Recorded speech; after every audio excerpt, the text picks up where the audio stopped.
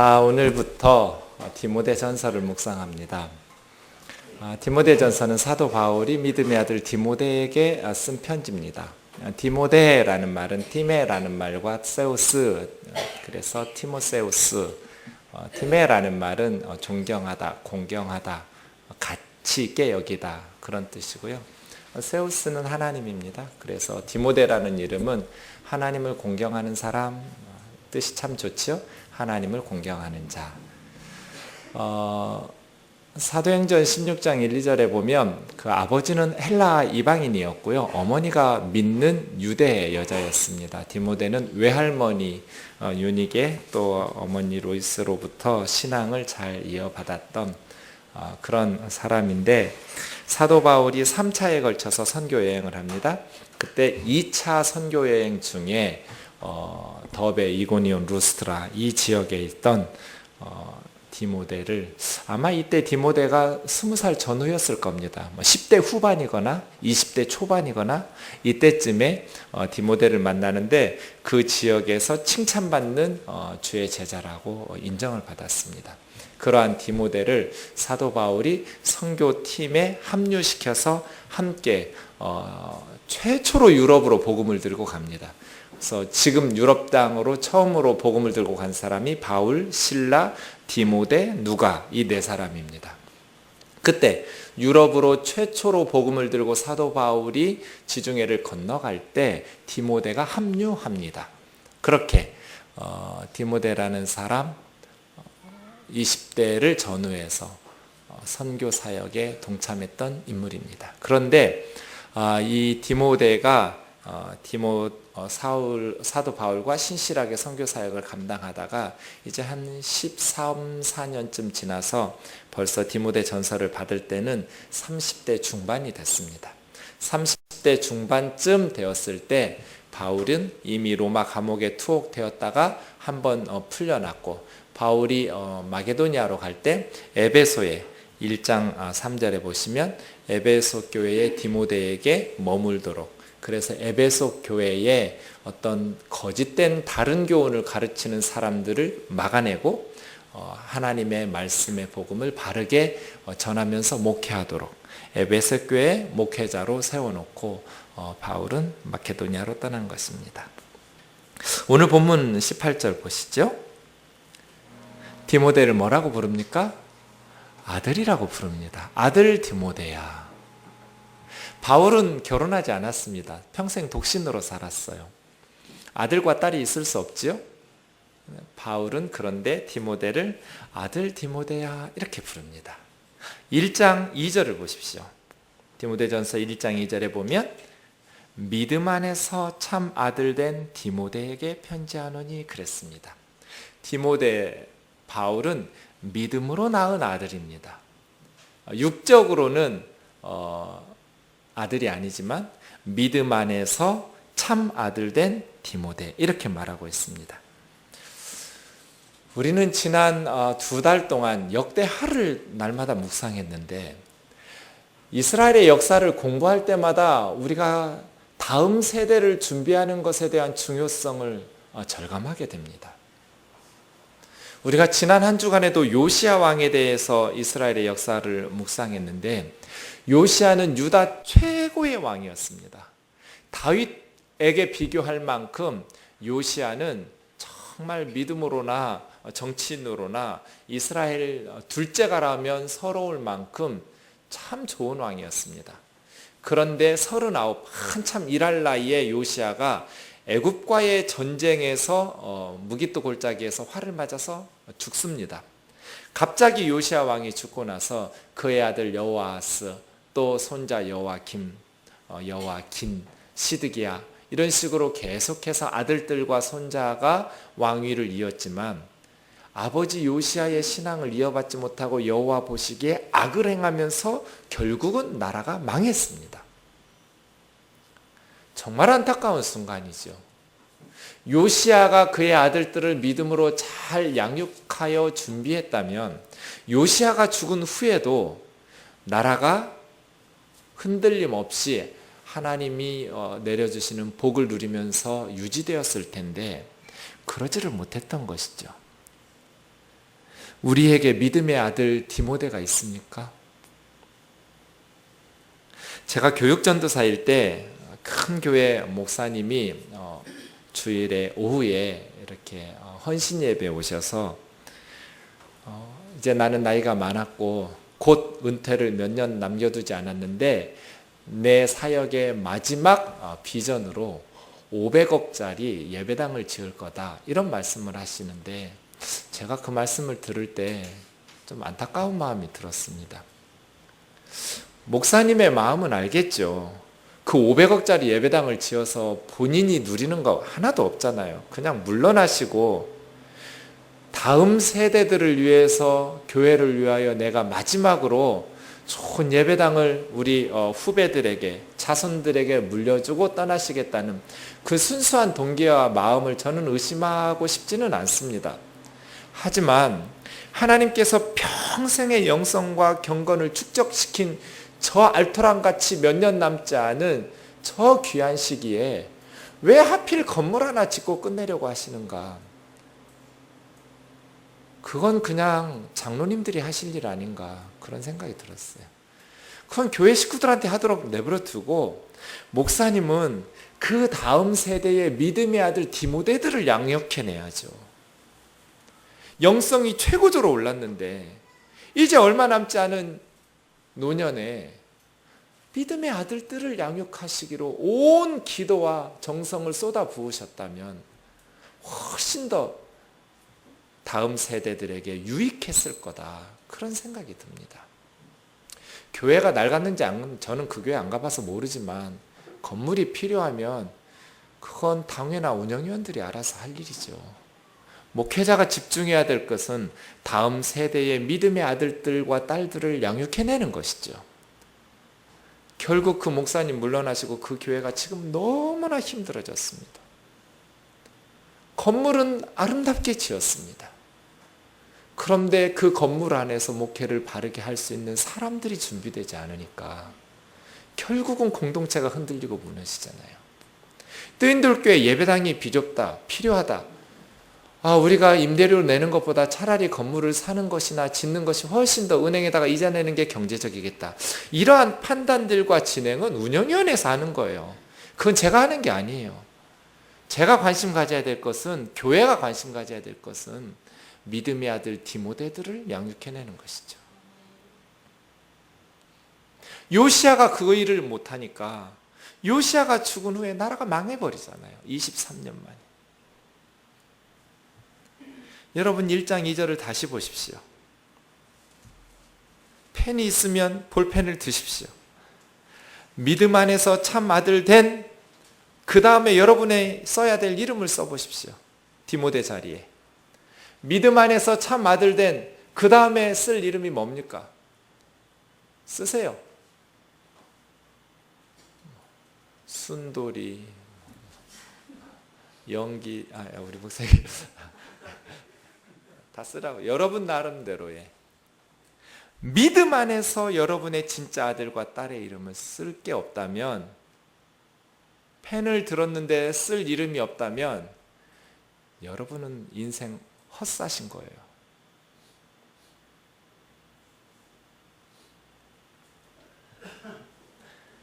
믿음 안에서 참 아들과 딸이 있는가?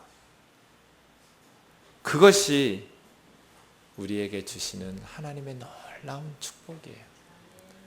저와 여러분에게 이 1장 2절에 믿음 안에서 참 아들 된, 믿음 안에서 참 딸 된, 그 다음에 나올 이름들이 많이 있기를 주의 이름으로 축복합니다.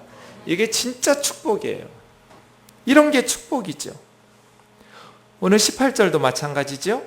아들, 그 다음에 쓸 이름이 있어야 돼요. 디모데야. 바울은 디모데를 제자라고 부르지 않았어요. 아들아 하고 불렀죠.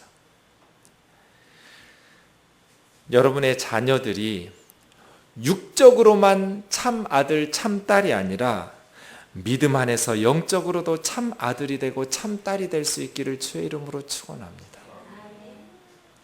믿음 안에서 자녀 여러분, 여러분이 여러분의 부모님을 육적으로만 어머니 아버지가 아니라 믿음 안에서 영적으로도 어머니 아버지 될 수 있기를 주의 이름으로 축원합니다.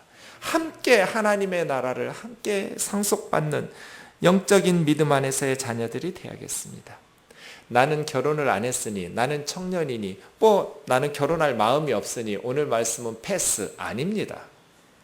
바울도 독신이었습니다. 육적으로 결혼을 하든지 않든지 우리는 믿음 안에서 영적인 자녀들이 있어야 됩니다. 믿음 안에서 참 아들과 딸이 있는가? 자녀가 없다라는 것은 미래가 없다는 것입니다. 영적인 불임이 저와 여러분에게 없기를 주의 이름으로 축원합니다. 영적으로 계속해서 믿음 안에서 아들, 딸들이 이어져서 우리의 하나님 나라의 역사에 계속된 미래가 있기를 주의 이름으로 축원합니다. 원래 지난주에 우리 후남자매가 애를 낳아야 되거든요. 근데 또 와서 앉아있어요. 아이가 조금 이따 나올란가 봐요. 육적으로도 아이를 낳고 양육한다라는 것, 미래를 계속 이어간다는 것, 얼마나 소중한 일입니까? 영적으로도 마찬가지죠. 왜 결혼해서 육적인 자녀 가지기를 그렇게 갈망하고 기도하는데 영적인 자녀됨에 대해서는 소홀하냔 말이에요. 믿음 안에서 길러내고 하나님 나라를 계속 계승시킬 수 있는 영적인 아들 디모데가 저와 여러분의 삶에 계속해서 풍성하게 이어지기를 주의 이름으로 축원합니다. 우리 18절 같이 한번 읽어봅시다. 시작.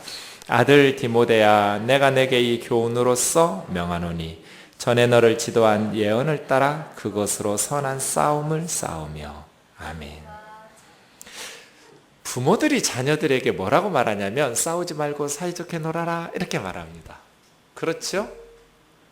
그런데 바울은 아들 디모데야 하고 싸우라고 말합니다. 왜 그랬을까요? 내가 너에게 이 교훈으로서 명하노니, 교훈이라고 번역된 이 파랑겔리아라는 말인데요. 이 파랑겔리아라는 말은 원래 전쟁 중에 군사적 용어입니다. 전쟁 중에 아주 긴박하게 명령을 내릴 때 파랑겔리아 그렇게 씁니다. 그러니까 바울은 지금 디모데에게 싸우라고 명령을 내리는 겁니다. 그냥 권면하는 게 아니에요. 내가 이 교훈으로서 너에게 명령하노니. 그런데 교훈이라는 말 자체도 아주 긴박한 명령이에요. 지금 전쟁 자칫하면 이 전쟁 자체를 패하게 생겼어요. 에베소 교회에 영적 전쟁이 지게 생겼단 말이에요. 그래서 바울은 긴급하게 파랑겔리아를 내리고 있는 거예요. 긴박한 명령을 쏟아붓고 있는 것이죠. 디모데야, 내가 아주 긴박한 명령으로서 너에게 명령을 내리는데 전에 너를 지도한 예언을 따라. 이 부분은 우리가 알 수가 없어요. 성경 어디에도 내용이 없어요. 바울과 디모데는 알죠. 디모데는 알고 있는 전에 주었던 예언의 말씀이 있었어요. 디모데에게. 그런데 디모데전서 4장 14절에 보면 예전에 장로님들의 모임 가운데 디모데가 안수를 받을 때, 안수를 받는다라는 것은 임명을 받는 것이거든요. 예컨대 제가 목사 안수를 받을 때 선배 목사님들이 제 머리에 손을 얹고 안수하셨어요. 그건 뭐예요? 저에게 목회를 할 수 있도록 직분과 은사를 주기 위해서 임명하는 거거든요. 디모데가 장로님들의 회, 장로님들의 모임 가운데 안수를 받았어요. 어떤 은사나 직분을 받기 위해서, 사명이 주어지기 위해서 안수를 하는데 그때 주셨던 예언을 통해서 주신 말씀이 있었던 것 같아요. 성경에 기록이 없어서 우리는 알 수 없지만, 내용을 알 수 없지만 디모데에게 주셨던 하나님이 예언을 통해 주신 말씀이 있었어요. 그것인지 오늘 본문에 너를 지도한 예언을 따라 하시는 말씀이, 아니면 이때 말고 또 다른 때에 어떤 예언의 말씀이 주어졌는지 알 수 없지만 분명한 것은 그 말씀으로 선한 싸움을 싸우라는 거예요. 이 선한 싸움이 어떤 싸움인지 또 우리가 정확하게 그 내용을 알 수는 없지만 6장 12절에 보면 믿음의 선한 싸움을 싸우라 그래요. 그러니 이 싸움은 무슨 권력 다툼이나 교회 운영상의 어떤 힘의 논리가 아니라 믿음을 지키기 위한 싸움이에요. 믿음의 선한 싸움이죠. 믿음의 선한 싸움을 싸우라, 이렇게. 그러면 하나님의 진리의 말씀을 왜곡하거나 하나님의 말씀의 복음을 부인하는 것과의 거짓된 교리와의 싸움인 것입니다. 19절 보시면 그 믿음이라고 정관사가 붙어 있습니다. 우리가 믿는 믿음은 예수 그리스도를 통해서 주신, 그리고 사도들을 통해서 성경에서 우리에게 주신 믿음입니다. 그 믿음이지요. 아무런 것이나 열심히 믿으면 되는 것이 아닙니다. 바르게 믿어야 됩니다. 신앙생활에 있어서 중요한 것은 바르게 믿는 것이지 열심히 믿는 것이 아닙니다. 좋은 믿음은 바른 내용을 열심히 믿는 것이 좋은 믿음이지, 그러므로 우리가 바른 내용의 바른 교훈을 믿기 위해서는 성경 공부를 열심히 해야 됩니다. 교회를 다니면서 성도들이 성경 공부에 대한 갈급함들이 있어요. 그런데 교회에서 성경을 가르치지를 않아요. 늘 봉사하고 이런 거 다 선한 일이죠. 그런데 성도들의 영적 갈증은 하나님의 말씀인 성경을 통해서만, 이게 양식이니까 먹지 못하면 굶주리잖아요. 하나님의 말씀을 먹어야 성도들이 배부르게 영적으로 살아갈 수 있는데, 말씀은 갈급한데 성경을 가르치지 않고 봉사는 열심히 하고 전도는 열심히 하는데 말씀의 공급이 없으니까 갈급한 이 형제 자매들이 많이 이단으로 넘어가요. 왜냐? 이단들은 성경 공부를 무지막지하게 시키거든요. 그런데 문제는 뭐예요? 이단들은 잘못된 교훈을 가지고 그 영혼들을 지옥으로 끌고 간다는 거예요. 제가 요즘 신천지의 한 자매와 성경 공부를 하고 있거든요. 신천지 핵심 멤버예요. 제가 그 자매와 성경 공부하면서 정말 신천지가 논리적이다. 그런데 너무나 어리석은 성경 해석을 가지고 있는 거예요. 신천지는 절대로 영어 성경 안 봅니다. 한글 성경만 봐요. 그렇게 가르쳐요. 한글 성경 중에도 다른 거 못 보게 해요. 개역 한글 성경만 보게 해요. 저도 이번에 알았어요. 왜냐? 그래야만 성경 해석이 잘못돼도 성경의 본뜻 제대로 파악하지 못하고 오해할 수 있도록 끌어갈 수 있기 때문이에요. 한글로 읽으면 그렇게 말을 맞출 수 있는데, 표준 세번역이나 쉬운 성경이나 현대 성경으로 읽거나 또 영어 성경하고 비교해서 보면 잘못된 교리로 끌고 갈 수가 없어요. 정확한 성경 뜻이 드러나 버리면. 그러니까 못 읽게 해요. 인터넷 절대로 못 보게 해요. 카톡 못 하게 해요. 마이피플만 하게 해요. 다음에 자기들 것만 보게 해요. 그래서 계속 세뇌시키는 거예요. 그래서 성경에 대해서 엄청나게 많이 알고 있는데 제대로 알고 있는 게 하나도 없어요. 그래서 제가 히브리어 헬라어로 설명해 줬어요. 그랬더니 얘가 뒤집어지는 거예요. 그동안 잘못 알고 있었던 것들이 드러나기 시작하는 거예요. 교회가, 그런데 이 자매도 교회를 몇 년 동안 다녔던 자매예요. 그렇게 열심히 교회를 다녔는데 성경을 가르쳐 준 적이 없어요. 늘 성경에 대한 갈급함이 있었어요. 그런데 언니 따라서 성경 공부 갔더니 너무 좋은 거예요. 일단 성경을 하루 종일 가르치는 게 너무 좋은 거예요. 근데 나중에 알고 봤더니 이단이에요. 그럴 때는 이미 거기에 다 빠져버렸어요. 신천지에만 12만 명이에요. 대부분 교회 다녔던 사람들이에요. 사랑하는 형제 자매 여러분, 우리가 무엇으로 싸울까요?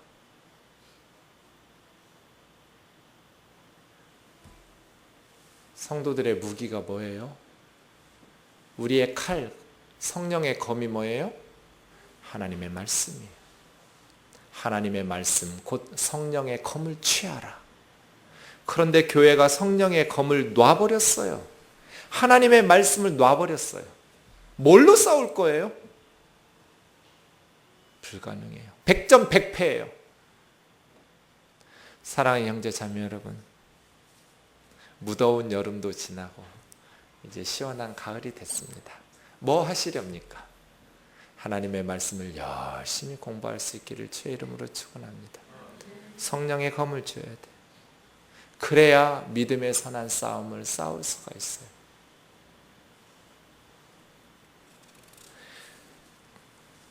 공동체가 위기에 빠지면 우리는 싸워야 돼요. 내 믿음만 지키면 되는 게 아니에요. 우리 교단이 타락했으면 그냥 떠나버리면 되는 게 아니에요. 최선을 다해서 끝까지 싸우다가 도저히 이 교단 더 이상 가능성이 없다 할 때 떠나는 거죠. 교회가 타락하고 목사가 부패하면 싸워야 되는 거예요. 기도로 싸워야 되고 사랑 안에서 진리로 싸워야 되는 거예요. 그게 안 되면 떠나는 거예요. 그냥 다녀주면 되는 게 아니에요. 사랑하는 형제 자매 여러분, 바울은 아들 디모데에게 싸우라고 말합니다. 한국교회 성도들이 야성을 다 잃어버렸어요. 예수님 보세요. 얼마나 열심히 싸우는지. 죽을 줄 알면서 덫을 밟잖아요. 바리새인들과 서기관들이 파놓은 덫을 밟아요. 누가복음 14장에 보면 안식일에 바리새인의 지도자가 자기 집으로 초청했어요. 점심 식사 초대해 놓았는데 바로 앞에 휘드로피쿠스, 휘드로가 물이에요. 수종병. 물 복수 찬 거죠. 퉁퉁 부은 사람, 한눈에 봐도 병든 사람이라는 것 알 수 있는 사람이 앉아 있었어요. 뭐예요? 안식일에 병자 고쳐서 십계명 어길 거다. 딱 올무 놓은 거예요. 그런데 예수님 어떻게 하셨어요? 죽을 줄 알면서 그 덫을 밟으시잖아요. 모른 척 안 하고 싸우잖아요. 왜? 그것은 안식일을 어기는 게 아니니까요. 죽을 줄 알면서 죽이려고 하는 예루살렘의 대제사장들, 만민이 기도해야 될 하나님의 집을 강도의 소굴로 만들었다고 싸우시잖아요. 그런데 우리는 예수님의 제자라고 말하면서 공동체가 부패하고 타락해도 이 싸움의 정신, 의분과 예수 그리스도의 야성을 다 잃어버렸어요. 보신이죠. 자기에게 피해가 임할까 봐. 바울은 디모데에게 선한 싸움을 싸우라고 명령합니다.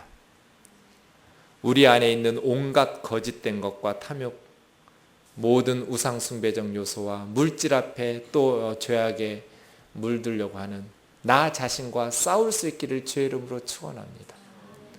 우리 공동체 안에 있는 온갖 비성경적인 내용들, 또 바르지 못한 것들과 싸울 수 있기를 주의 이름으로 축원합니다.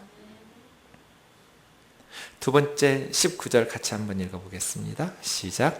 믿음과 착한 양심을 가지라. 어떤 이들은 이 양심을 버렸고 그 믿음에 관하여는 파산하였느니라. 바울은 아들 디모데야 부른 후에 싸우라고 말하면서 믿음과 착한 양심을 가지라고 말합니다. 그런데 이 둘이 연관이 있습니다. 바른 믿음은 착한 양심과 뗄래야 뗄 수가 없습니다. 선한 양심, 착한 양심에서 나오지 않는, 그 위에 세워지지 않는 믿음은 거짓입니다. 그런데 어떤 이들은 양심을 버렸습니다. 양심을 버리니 믿음은 어떻게 되겠습니까? 파선했습니다. 배가 암초를 만나서 부서져 버렸어요. 믿음이라는 배가 부서져 버렸어요. 선한 양심을 지켜나가지 않으면 우리는 사탄에게 안방을 내주고 싸우는 것과 같아요. 안방을 내주고 어떻게 이겨요, 적군에게? 선한 양심이 무뎌져 버리면 우리의 믿음은 파선할 수밖에 없습니다. 이것을 기억하십시오. 이 선한 양심에 대해서 디모데전서에 3번 나옵니다. 1장 5절을 먼저 보시죠. 바울이 디모데에게 교훈을 주면서 이 교훈의 목적이 청결한 마음과 선한 양심과 거짓없는 믿음에서 나오는 사랑이었다고 말합니다. 계속해서 교회 안에서 변론과 싸움만 일으키는 것, 그거 하지 못하게 해라. 사랑으로 교회를 이끌어가라. 그런데 그 사랑은 어떤 사랑인가? 청결한 마음과 선한 양심과 거짓 없는 믿음에서 나오는 사랑으로. 선한 양심. 또 오늘 본문 1장 19절에도 착한 양심이 나오고 3장 9절에도 말합니다. 집사의 자격 조건을 말할 때 깨끗한 양심의 믿음의 비밀을 가진 자를 세우라고 말합니다. 양심이 깨끗해야 돼요. 마음이 깨끗하고 양심이 살아있어야 돼요. 마음이 살아있지 못하면 믿음이 파산해요. 제가 목회해 보니까 목회자들은 너무나 유혹이 많아요. 그리고 죄질 수 있는 소지도 너무 많아요. 아무리 못생겨도 목사들은 잘생겨 보이나 봐요, 자매들은. 제가 볼 때는 못생겼는데 유혹이 많아요. 물질에 대해서 타락할 수 있는 가능성도 너무 많아요. 눈먼 돈들이 너무 많아요, 제 주위에. 선한 양심을 지키지 않으면 겉으로는 계속 설교 그럴듯하게 하고 목회 그럴듯하게 할 수 있어요. 누가 알겠어요? 은밀하게 진행되는 것들을. 선한 양심을 유지시켜 나가지 않으면 믿음이 부패하고 타락하기가 너무 쉬워요. 큰 교회 목사님이 오래전에 박사 논문을 표절했어요. 그냥 표절한 게 아니라 다 갖다 베꼈어요. 아마 부목사님 시켜서 쓰게 한 것 같아요. 저도 그런 죄를 졌었거든요. 교육 전도사 때.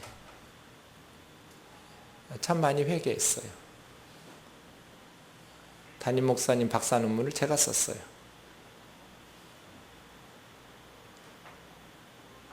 아마 그랬을 거예요. 그래서 장담하셨어요. 표절이 있으면 내가 담임 목사직을 사임하겠다고 그랬어요. 아마 걔가 그렇게 유명한 책을 표절할 리가 없다고 생각했나 봐요. 근데 드러났어요. 근데 시침이 뚝 떼고 옛날에 했던 그 작은 실수를 가지고 담임 목사직을 물러나라 한다고 그러고 있어요. 착한 양심을 잃어버리면 믿음은 파산당해요.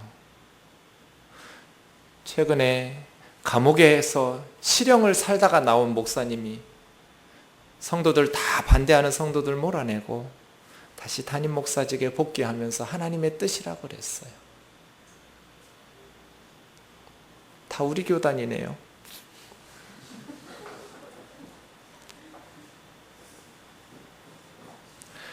양심이 없어요.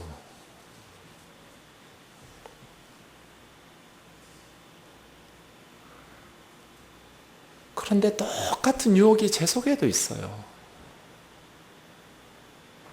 왜 이렇게 나는 죄의 유혹이 많을까 생각해 봤더니 저는 제가 특별히 더 나쁜 놈이어서 그런 줄 알았는데 그런 것 같지가 않아요. 내가 사탄이라도 목사들을 쓰러뜨릴 거예요. 그렇죠? 목사들을 쓰러뜨리고 공격하지 성도들에게 그렇게 공들이지 않을 거예요. 목사 쓰러뜨리기 위해서 공을 들일 것 같아요. 사랑하는 형제 자매 여러분, 우리가 어떻게 믿음이 파산당하지 아니하고 천국 가는 그날까지 믿음을 잘 지켜갈 수 있을까요? 선한 양심을 지키는 거예요. 선한 양심. 저는 전도하면서 예전에 많이 열심히 믿었고 봉사 많이 했는데 지금은 믿지 않는 분들을 정말 자주 만나요.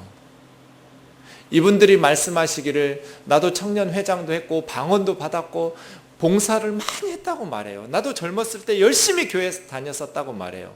그런데 지금 교회 안 다녀요. 믿음이 파산당했잖아요. 왜 그런지 저는 모르겠지만 그때마다 저는 이 말씀 생각나요. 양심을 버리고 믿음은 파손당한다. 사랑하는 형제 자매 여러분, 하나님께서 저와 여러분에게 주신 선한 양심을 잘 지켜갈 수 있기를 주의 이름으로 축원합니다. 사람들 다 그런 거지 뭐 어떻게 말씀대로만 살아, 목사야 세상에서 살지 않으니까 저렇게 말하지만 세상이 얼마나 험악한 곳인데 세상에서 어떻게 말씀대로만 살아. 적당히 양보하고 타협하고 양심이 무뎌지면서 여러분 믿음 파손당하지 않도록, 양심이 무뎌지기 시작하면 사탄에게 안방을 내준 거예요. 너무나 믿음 파손시키기가 쉬워요. 그 믿음 깨버리기가 너무너무 쉬워요. 그러니 선한 양심을 항상 성령 안에서 지켜나갈 수 있기를 원합니다. 제가 사탄이라도 예수 믿는 사람들을 쓰러뜨리지 예수 믿지 않는 사람들 괴롭히지 않아요. 많은 분들이 그래요. 예수님 믿기 전에 나는 이렇게 괴롭지 않았는데 예수 믿고 나서 나는 너무 괴롭다고. 왜요? 예전에는 그냥 성령 없이 그냥 살았으니까요. 아무 양심의 소리 없이 살았으니까요. 이제는 양심의 소리에 성령님께서 메가폰에 대고 떠들어대니까 괴롭죠. 세상살이가. 그건 정상이죠. 예수 믿고 괴로운 게 정상이죠. 바르게 산다는 건 힘든 거잖아요. 적당 사는 게 편하지 바르게 산다라는 거 바꿔 말하면 힘들게 산다는 거예요. 성령 안에서 살아가려고 하니 얼마나 힘들어요. 하나님의 말씀 안에서 늘 깨어서 선한 양심 안에 믿음의 견고한 진을 쌓아가는 저와 여러분 되기를 원합니다. 디모데야, 내 아들아, 선한 양심에 믿음을 가져라. 네가 믿음의 선한 싸움을 싸우려면 네가 타락하지 아니하고 그 훼손되어 있는 거짓 교리에 휩싸여 있는 그 성도들과 에베소 교회를 지켜내려면 너 자신이 선한 양심과 믿음을 지켜가야 된다. 네 속에 있는 선한 양심 그리고 네 안에 있는 그 믿음을 지켜나가지 않으면 너도 파선하고 선한 싸움을 감당할 수 없다. 그렇게 말합니다. 20절 같이 읽겠습니다. 시작.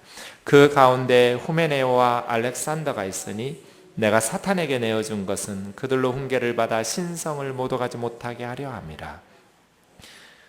후메네오와 알렉산더 믿음의 사람들이었는데 양심을 버리자 믿음이 파선해 버렸어요.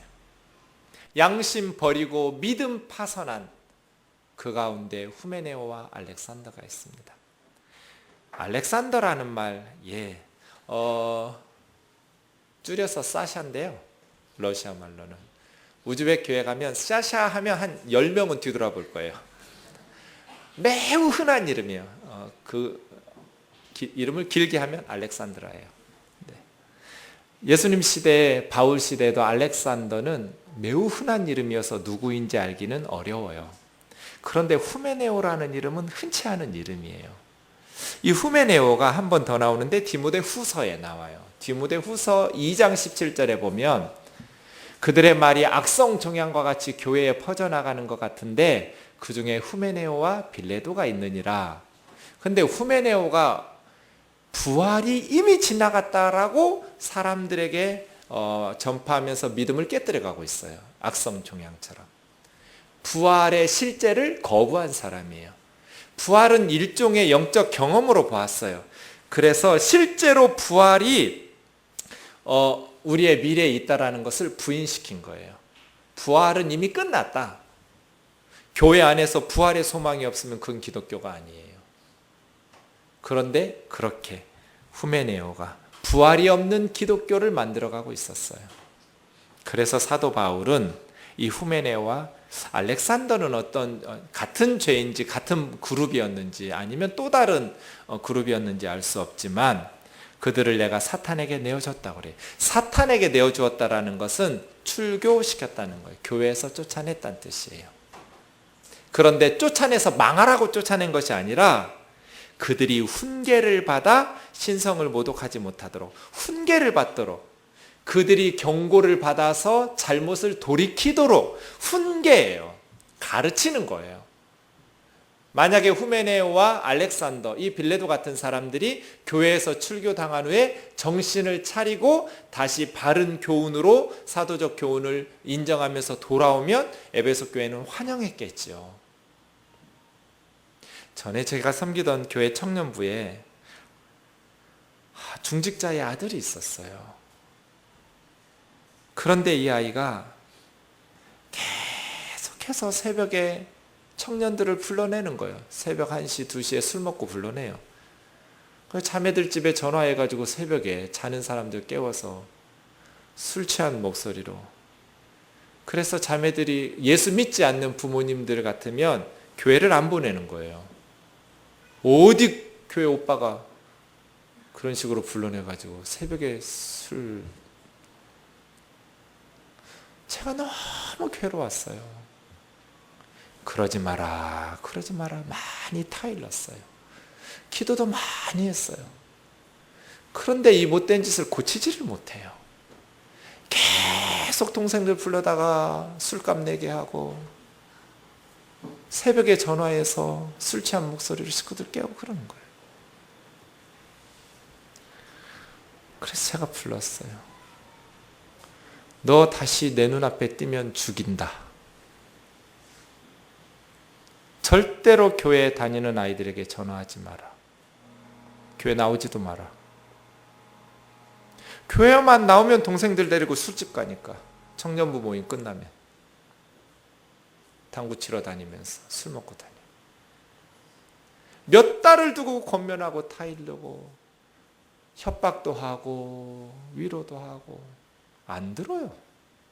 그러는 사이에 여러 명의 청년들이 청년부에 안 나오고 교회 신앙생활을 포기했어요. 저는 끝까지 그 형제도 잡고 신앙생활 포기하는 일도 없도록 둘 다를 얻을 수 있으면 좋겠지만 이게 불가능해져 버렸어요. 목사님이 불렀어요. 정전도사, 걔 교회 나오면 죽인다고 그랬나? 네. 제가 교회 나오면 죽인다고 그랬습니다. 그 부모님이 헌금을 많이 하는데 그래서 제가 말씀드렸어요. 목사님, 저는 그 아이도 얻고 싶고 다른 청년들도 얻고 싶습니다. 그런데 얘 때문에 10명 넘게 지금 청년부 아이들이 안 나옵니다. 교회 신앙생활을 포기한 아이들도 여러 생겼습니다. 어쩌면 좋습니까? 이 한 아이를 위해서 다른 아이들은 다 희생당해도 좋습니까? 그 아이들은 귀한 하나님의 백성들 아닙니까? 제가 몇 달을 두고 권면했습니다. 그러지 마라, 그러지 마라. 안 고쳐집니다. 술만 먹으면 개가 됩니다. 어쩌면 좋습니까? 제가 그러지 못하게 했지만 개인적으로는 만나서 계속 권면하겠습니다. 후메네오와 알렉산더, 바울은 다 얻고 싶죠. 교회에 두면서 바른 교훈으로 고쳐주고 싶죠. 안 고쳐져요. 그럼 어떻게 해요? 훈계를 위해서 치리한 거예요. 교회 밖으로 쫓아낸 거예요. 거기서 회개하고 다시 바른 믿음을 가지고 돌아왔다면 열렬히 환영하면서 기쁨으로 맞아 주었겠죠. 사랑하는 형제 자매 여러분, 오늘 사도 바울은 우리에게 아들 디모데야 하면서 믿음의 선한 싸움을 싸울 것과 선한 양심으로 믿음을 지켜갈 것과 또 그 믿음에 대해서 파선당한 자들에 대해서 어찌해야 될 것인가를 교훈으로 가르쳐 주었습니다. 이 말씀들을 붙들고 우리 뜨인돌 교회가 또 저와 여러분의 신앙이 하나님의 말씀 위에서 우리에게 주신 이 시대적 사명을 잘 감당할 수 있기를 원합니다.